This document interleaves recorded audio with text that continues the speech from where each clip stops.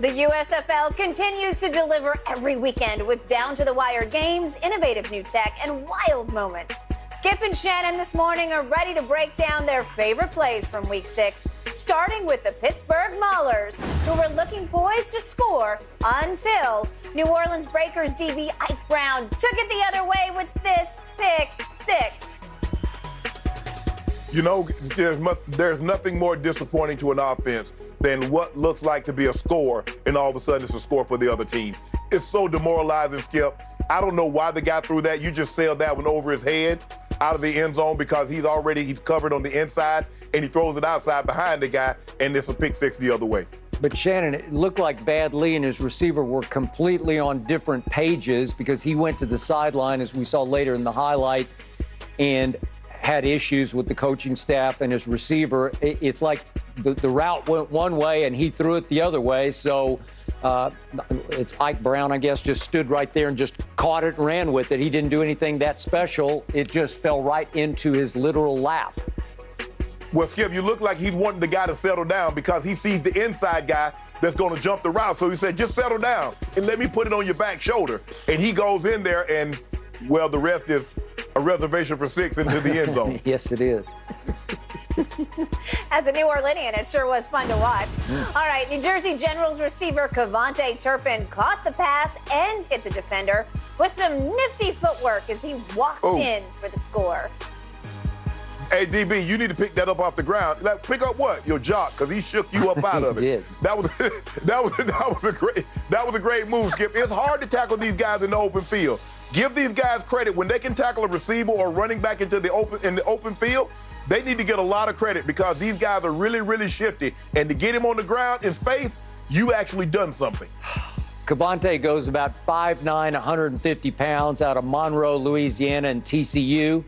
And when they got him on the safety, who for a second jumped on the inside route, and now it's the safety in space against Little Turpin, it was game over. Yeah, you probably saw this against Oklahoma. I'm sure he did this at TCU while he was at TCU. I do remember him, and he bedeviled us. And the secret handshake celebration to go along with it. All right, the New Jersey Generals dug into their bag of trick plays. They ran a Philly special late to set up the game-winning score. You know what, Skip? I kind of wanted this play to score because when we think Philly special, we think of Nick Foles in the Super Bowl and actually scoring. But because it did lead to the game-winning touchdown, it did. You know what? I'm going to have to give it a lot more credit than what I would have done had they not scored the game-winning touchdown on this play. I think Philly special, I'm automatically thinking, get the ball into the end zone. But they didn't on this play, but they did later in the drive. You know, Luis Perez is another interesting quarterback in this league because he's been in the NFL. He's bounced around to 3 teams. The Rams originally signed him as an undrafted free agent out of Texas A&M Commerce, where he was, by the way, the Division II National Player of the Year, and they won the national championship. So he's got game. He's got a little bit of NFL legacy to fall back on. Maybe he's got another shot in the NFL coming up. But on this play, it doesn't look like at 6'3", 225, he's much of a runner with the football because the play doesn't really go places. But to your point, it did contribute to a game-winning drive. So way to go. I know a guy that had a quarterback that had a very similar play. I knew it. And he dropped his moment. Yeah. He dropped his one shining moment. Are we talking about? And Nick Foles got hit. We're talking about the Super Bowl against Philly, in which Danny Amendola threw it over Brady's head, and he couldn't catch it because he's not a wide receiver, and it would have been a great catch even for Shannon Sharp to make that catch. All I can remember hearing playing in my head was that Luther Vandross one shining moment. Really? And then all of a sudden the record scratched. Huh. Wait, was that the same game in which Tom Brady threw for a playoff record 505 yards and lost because Belichick gave up 41 points to the backup quarterback that game? You blame it, so you blame Coach Belichick. That was the all-time Belichickian loss. Nick Foles outgunned you guys. I don't ever remember Shannon Sharp missing a catch like that. All right, gentlemen, Saturday, it's a USFL primetime showdown between the New Orleans Breakers and Jeff Fisher's Michigan Panthers. Kickoff 9 Eastern on FS1. Then Sunday, the league-leading Birmingham Stallions take on those Pittsburgh Maulers, 2 Eastern on Fox. Back to Luka and the Mavs. Luka.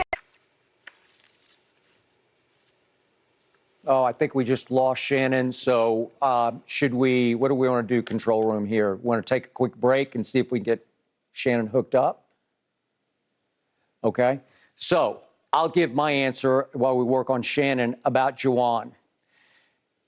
I was intrigued by what Juwan's wife tweeted, defending this notion that Juwan just wanted to stay for their 2 sons. That they have a son, Jace, who's been there for 3 years, who's just an off-the-bench player, not a big contributor. But they have a soon-to-be freshman son in Jet, who's a high pick. It was a highly recruited player who came close to going to Tennessee and then signed with his father at Michigan. So the wife's point is that they just love the job there, that it's not about their sons, it's about the job. So in the end, I believe that Juwan just believes that the Michigan job is far better than the Laker job. I don't know exactly what's to love about the Laker job right now, as LeBron obviously got tapped on the shoulder by Father Time. Obviously, he's now gone 3-point crazy. His attempts from 3 went all the way up to 8 as he's trying to chase, catch, pass Kareem Abdul-Jabbar next year.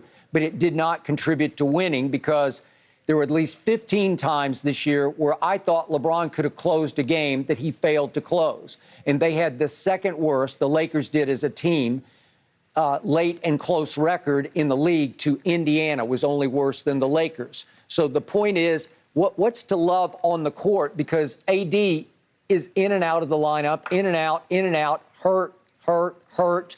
You can't trust him. He has proven to be brittle and fragile going forward.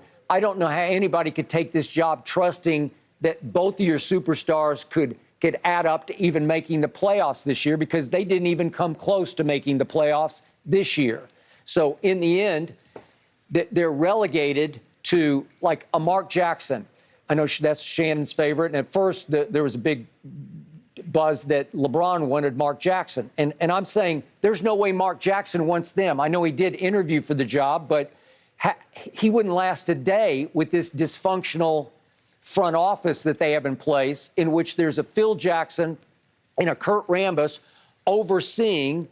overlooking the coach, coaching the coach, puppet on their strings. Who would want that? Mark Jackson is absolutely his own man, and there's no way that Mark Jackson would ever take this job in his right mind, because it would be a quick fail for him. I appreciate that he interviewed for it. I appreciate that LeBron wants him, or did want him in the beginning. But now LeBron is relegated to a Darvin Ham who's 48 years of age. He's been an assistant for 11 years.